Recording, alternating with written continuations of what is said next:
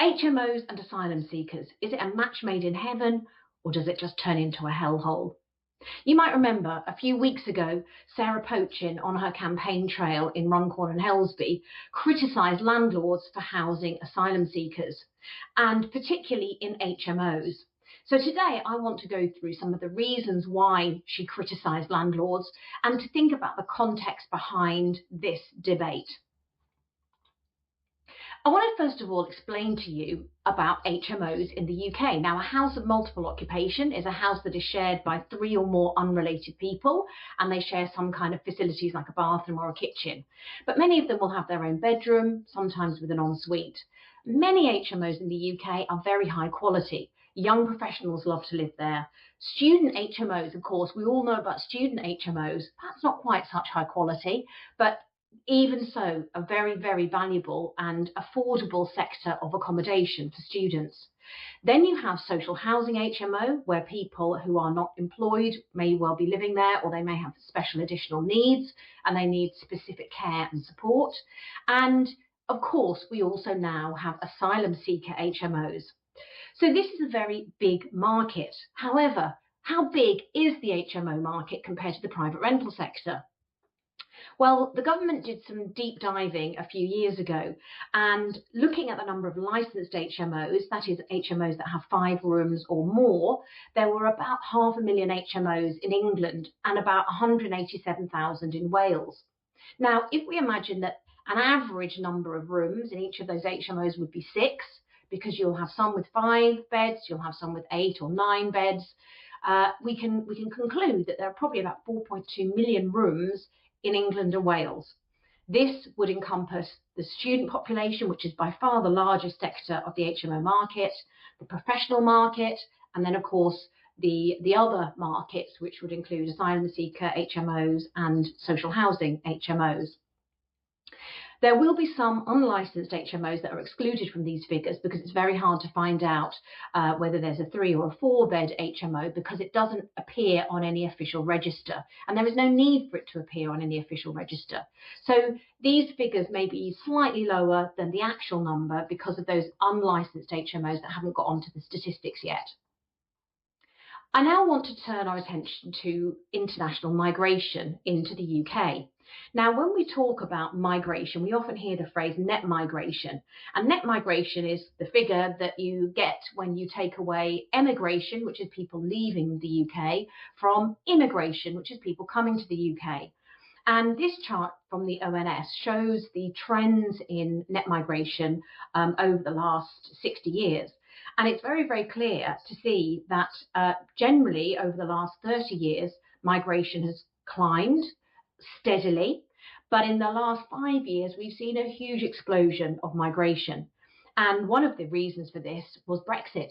Ironically, even though Brexit was intended to secure our borders and make us more of a sovereign nation where we could decide our own fate, unfortunately, because Brexit was done so badly, it's left us in the position of still being reliant on certain European laws like the ECHR that stop us from making decisions about our own borders. But at the same time, we're still having to accept people into the country who are illegal immigrants and put them through the asylum process and giving them leave to remain if they meet those requirements.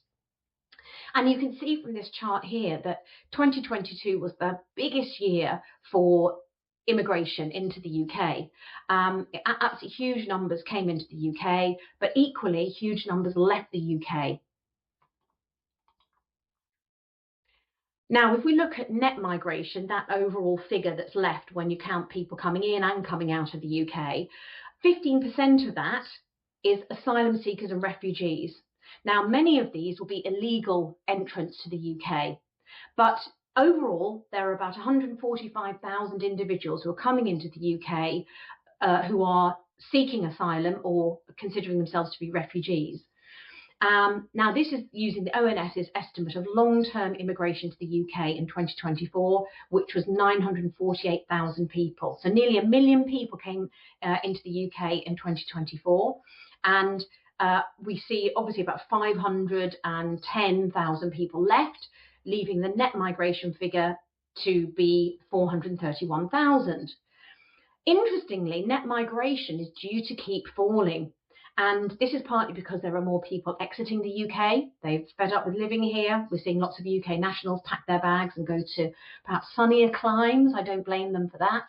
But they are sick and tired of what's happening in the UK. Their homeland is no longer recognisable for what it was 10, 15, 20 years ago. But we also see that people's visas, of course, expire. People want to go back to their home countries. So there's various different reasons why people migrate out of the UK. 2022 was the year that hit the highest levels ever, when net migration was 873,000.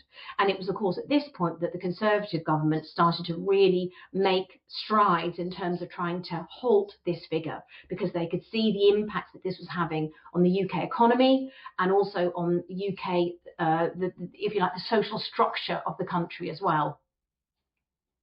So here you can see a figure that demonstrates, and this is from Migration Observatory, which is a major organisation that tracks migration, particularly in the UK, to have a look at the numbers and the types of people coming in to the UK and why they're coming here. So you can see here that net migration has fallen since 2024. And most significantly, this is people from the EU who are no longer coming to Britain. They're no longer wanting to come to Britain. Particularly, it's much harder, of course, now that the borders are, certainly for people from the EU, there isn't free movement anymore. So it's more paperwork, it's more bureaucracy to come to the UK. The most significant migrants, you might say, the numbers of migration are from India. We have a lot of people who come from India. And actually, of course, when we know that the Indian culture is similar to the UK, that there's cross-fertilization between us and India historically. So this is not a bad thing, and I know certainly many of the Indian migrants that I come across in my daily work. Many of them are hard-working individuals who want to contribute to the UK. They want to send money home to their families. They want to make a better life for themselves. These are all very, very good values that, of course, we should be encouraging. But the problem is, of course, we still have a numeric problem with legal migration, legal immigration. 81% of migrants who came were from the non-EU countries. And as I said earlier, 15% of immigration was asylum seekers and refugees. And many of these come in illegally to the UK. And that is where the problem lies. So let's talk about illegal immigration. So this chart on the left-hand side, which, sorry, it's a little bit fuzzy, but it really plots the different ways in which somebody who's an illegal immigrant will come into the UK and what the pathway is for them. And there are a number of different reasons for this. They might enter illegally and they enter legally and they have a visa, a work visa or a visitor visa, but they outstay their visa. Number two, they enter legally, but as soon as they enter, they claim asylum. Maybe they haven't got a visa. So at that port of entry, whether that's an airport or a seaport, they would immediately claim asylum and then start to go through the asylum process. Third reason is they enter illegally and immediately claim asylum. So these are people coming across on the boats, across the channels. This is classic behaviour from them, that they enter Britain under illegal auspices, and as soon as they arrive on the shores, they claim that they are an asylum seeker and they're applying for refugee status, which gives them leave to remain. Now, there are other cases, of course, of people who have entered illegally, they've claimed asylum, but their claim has been rejected, and they still stay in the UK. So there are a number of people that you might call sort of black market refugees or asylum seekers. In fact, yes, it wouldn't be right to call them refugees because they haven't been given leave to remain. They're still asylum seekers at that stage. But for whatever reason, the Home Office has processed their application and decided they don't meet the criteria and they need to go back home. But they don't. They stay here. So this is a whole underbelly of the asylum system and the immigration problem that we have in the UK. Those that do get indefinite leave to remain or definite leave to remain are able to then work. But while their claim is being processed, they're entitled to universal credit and housing benefit. Now, this is the group of people, whether they've entered legally or illegally, they've entered the UK, they're having their claims processed, and where do the government accommodate them? And this has been the challenge for the last 7 years. Where do we put these people up while we are processing their claims? Because there's so many of them.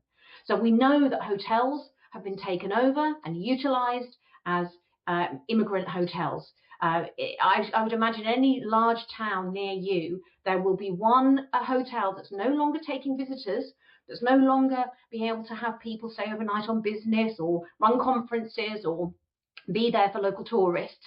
No, they've closed down because the people who are living there are immigrants. And this has made local populations very cross, very angry and upset, not only because they see the loss of that hotel bringing economic benefit to the town, jobs, and some of the other outflows that come from having local businesses, but also they see the impact of having large groups, often of young men from different backgrounds, different cultures, and different belief systems, many of whom, of course, are unable to work. They're not allowed to work. So they've got testosterone going around their bodies. They're bored. They've got nothing much to do. Is it any wonder that they get involved in crime and criminal behaviour? It seems a recipe for disaster. Now, if we look back at the history of migration to the UK, we can see that in the last few decades, migration has grown exponentially. For years between the Second World War right up to the late 80s, early 90s, net migration was very, very steady, 30 to 40,000 people per year. These are numbers which allow people to synthesize themselves into society. They can embed themselves, they can learn the language, we can adapt to their culture, they can adapt to ours, and they can become part of the local community. And it's not too difficult when you have lower numbers. And I think it's great that in Britain we have a great rich tapestry. We have a history of migration, let's face it, from the Anglo-Saxons to the Normans, the Vikings. We have had many, many cultures arrived in the UK, and it's part of our strength as a nation. But the problem that we see now is that the numbers have become out of control, and we do not control our borders anymore. So numbers have shot up, and it's these exponential numbers that are causing the economic and social decline of our country. There are a number of problems because of what's happened historically as well. The European Court of Human Rights Bill, which means that human rights are a prerequisite, they set a precedence in law. It means that human rights lawyers, when cases are brought to the High Court, they repeatedly override the illegal migration bill that was passed in 2023 on the grounds of human rights. So even somebody who is found to be trespassing in the UK, to be an illegal migrant into the UK, it's very hard to deport them because their human right to a family life, to all the other rights that the ECHR gives them, means that it's very hard to deport them.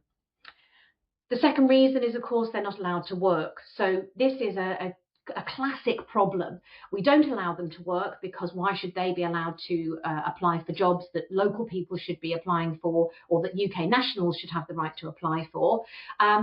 But the issue is then, what do those people do with their time? And you know the phrase, the devil makes work for idle hands. I'm sure you've heard that phrase. And the danger is that we are allowing people to sit around all day. And we hear terrible stories about local councils having to pay for day trips or mobile phones or giving them activities and things to do. Of course, these are crime prevention ideas, but they just cost the taxpayer more money. We are biting off our nose to spite our faces. This is the wrong approach. Now, in the meantime, of course, the Home Office and the government have to foot the bill for housing and welfare. So we have this double whammy where not only are those people who are coming into the UK unable to contribute, they're also taking from the taxpayer. And as we've seen, there are many stories of a lack of cultural integration into the UK. Many people arrive with a smattering of English, but they're not really fluent in English. They don't have the ability to work, so they can't contribute, and they don't have family or other connections here to help them to integrate into society. Now, some people who believe that we should have open borders and we should allow people to integrate, I'd love to see their plan to enable this to happen. My feeling is that we have opened the floodgates far, far too wide.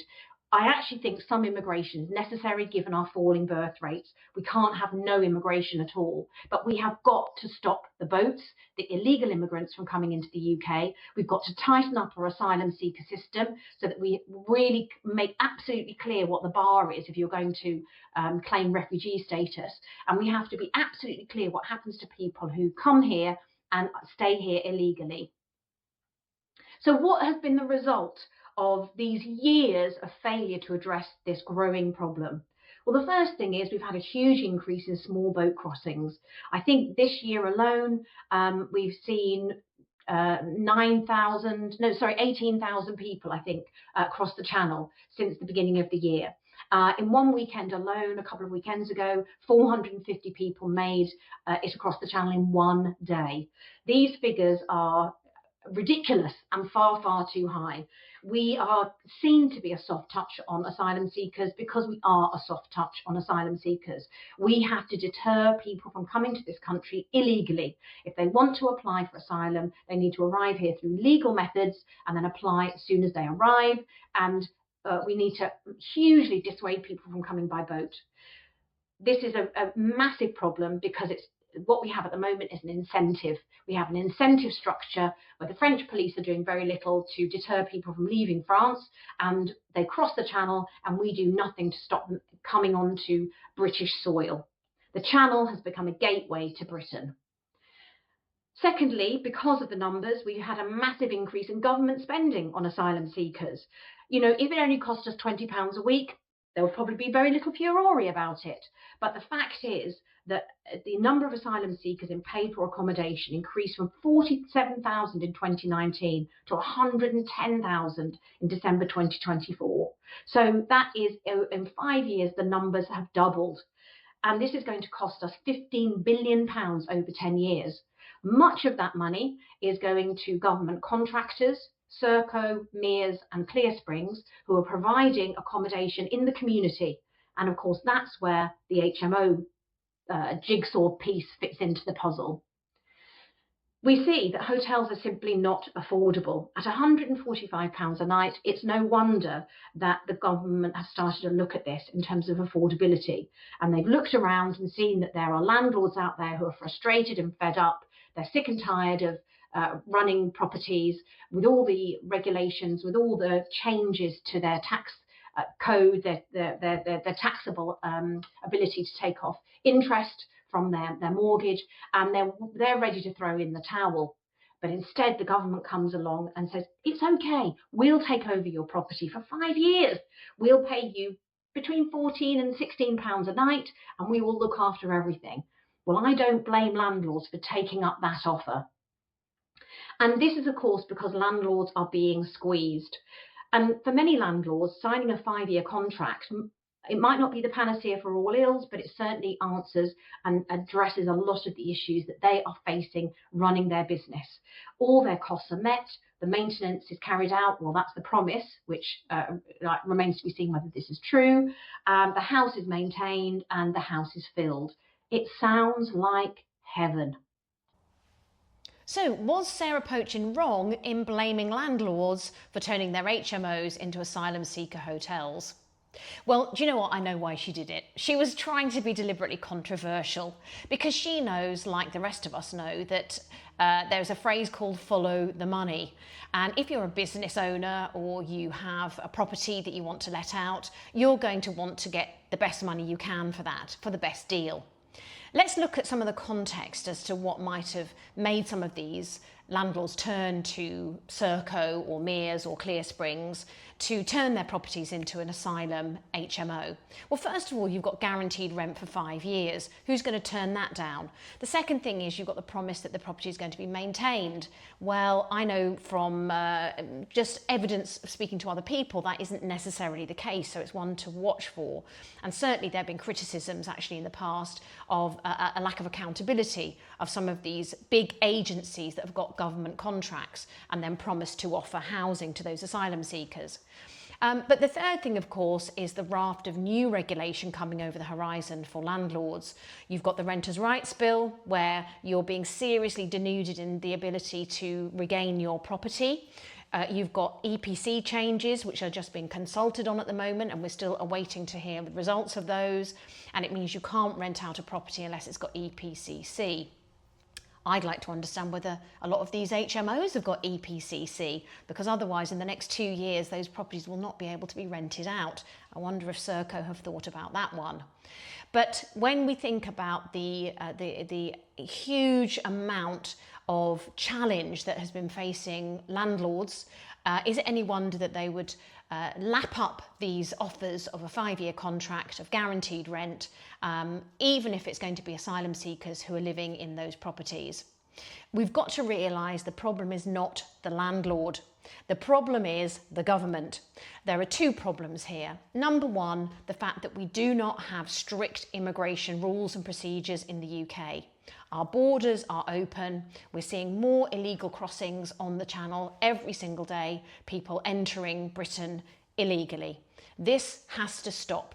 We have got to repeal the Human Rights Act so that cases cannot come to the High Court and be allowed to stay for spurious and ridiculous reasons.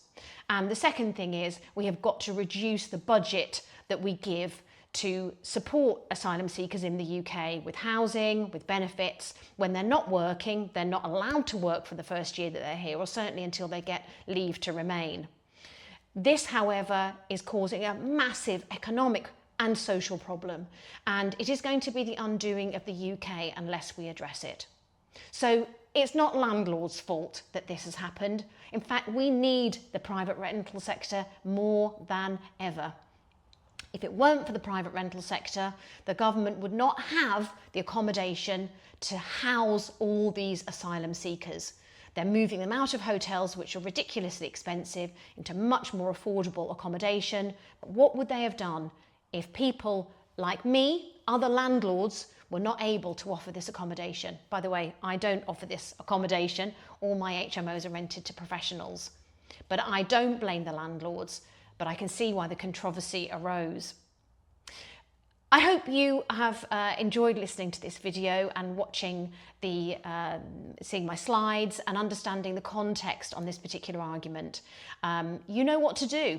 Make your voice known. If you're in an area and you're worried about some of your local properties being turned into asylum seeker HMOs, engage with your local council, engage with your local MP. Let them know how you feel, because it's only by making our voices heard that people will start to listen to our concerns. Thank you ever so much for watching, and I'll speak to you soon.